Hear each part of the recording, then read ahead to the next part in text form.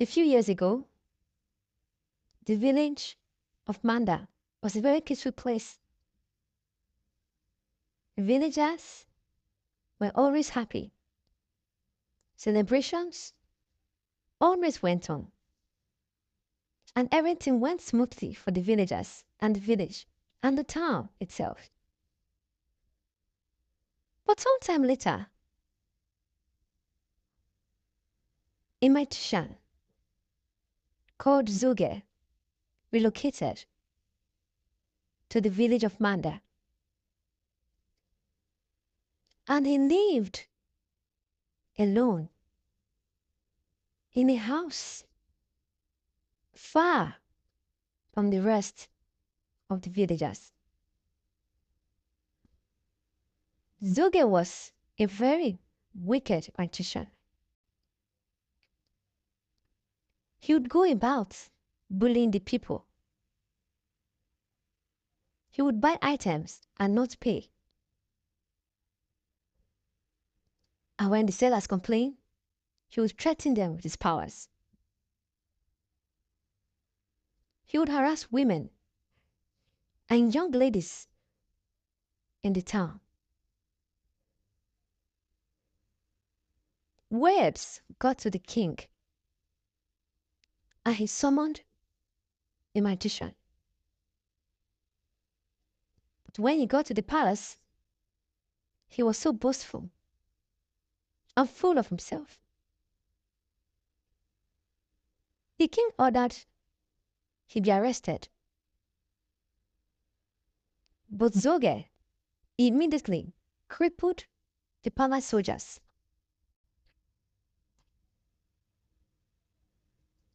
He requested to be appeased for him to undo what he had done. And so it was. He left the palace. Zuge will continue his rampage in the town. The villagers became scared of him. People hardly went to the farms for fear of the wicked magician. Time and time again, the king would send warriors to his house to capture him. But then, with a word of magic, he would render them useless, and upon being appeased, he would restore them. She was a threat to the king himself. Many times, he would tell the king, "I will dethrone you if you are not careful." The king was worried. He consulted the chief priests and the gods of the land. The god said there was a mirror in Zuge's house and needed to be broken. But the problem was, who would dare go to his house to break his mirror? Whenever Zuge was out of the house, there was an army of bees around his roof and doors.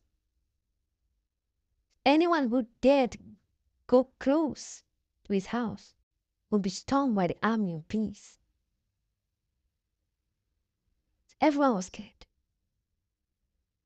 The king could not sleep.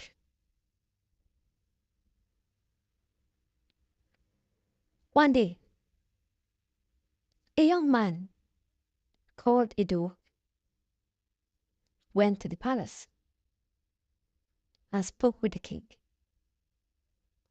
The young man said he would try to capture Zuge on two conditions: that the king split the town in half and give him his daughter's hand in marriage as well. That was too much for the king to take, but he didn't have much options. I mean, Zuge was going to take over the whole kingdom from him. So he saw the young man's bargain as quite fair half of the kingdom, and his daughter. I mean, this was not a wicked magician, but a concerned citizen. The king would agree to Ido's request, and the young man went about his plans. Ido, knowing and hearing all the stories of Zoge, covered himself in thick, wet grass from head to toe. And whenever he noticed Zoge was out of the house, he would go to the house and steal a look around and through the window. The bees could not pick up the scent of the young man, for the grasses covered his human scent. And even at night, he would go to the magician's place and steal a look at him while he slept. Ido knew then how to bring down the evil Zoge. And so, on a very good day, he prepared himself, armed with clubs and machetes, and of course covered in usual wet grass, very thick. He visited the villain's house. As usual, the bees could not pick up his scent, and he gained entrance into Zoge's abode. True to what the gods had said, there was a giant mirror in the center of the house. And immediately, Ido wasted no time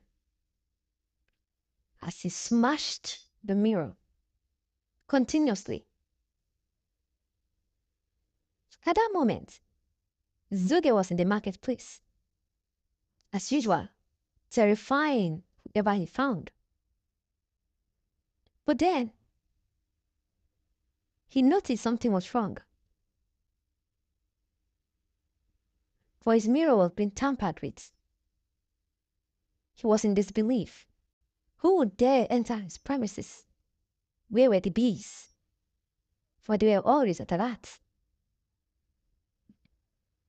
Zoge immediately ran to his house. But alas, the mirror had crumbled.